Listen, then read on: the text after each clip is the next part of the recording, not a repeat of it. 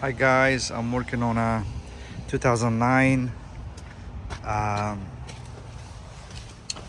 VW EOS, and the radio, as you see, the radio is not working at all. Nothing. No, I checked all the fuses and everything. So I opened the trim. The trim is pretty simple. It's just I use this prying tool. Just put it on the side and then slowly work your way out all the way around, and it will just pop out. Now there's 4 bolts. I think it's like T20. I'm gonna remove that one. I think there should be a fuse in the back. It's T20.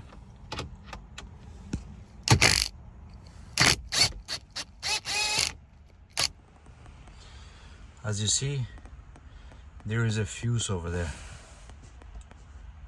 Let me see if it clears up. Yeah, there's a 10 amp fuse in the back, so I'm gonna check it and see if that is the case.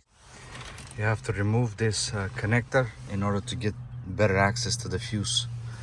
So this one is one of those interlock connector that, you know, you put it and then you squeeze this in, it just stays in place. That fuse, you need like a needle nose plier to remove that, because I tried it with my hand, it's not coming out. It's pretty tight in there. So let me remove that. I don't know if you see, that fuse is out. Yes, that fuse is burned.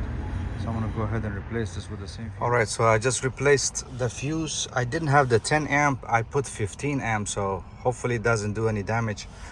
But that's what I had. So right now, let's see if it's coming on or not. You have to test it before you turn it on. There you go, perfect. Okay, now we're back in business. So it's working now. That fuse obviously was out. Thank you for watching, and please share and subscribe if you like this video, if this video helped you. Thank you.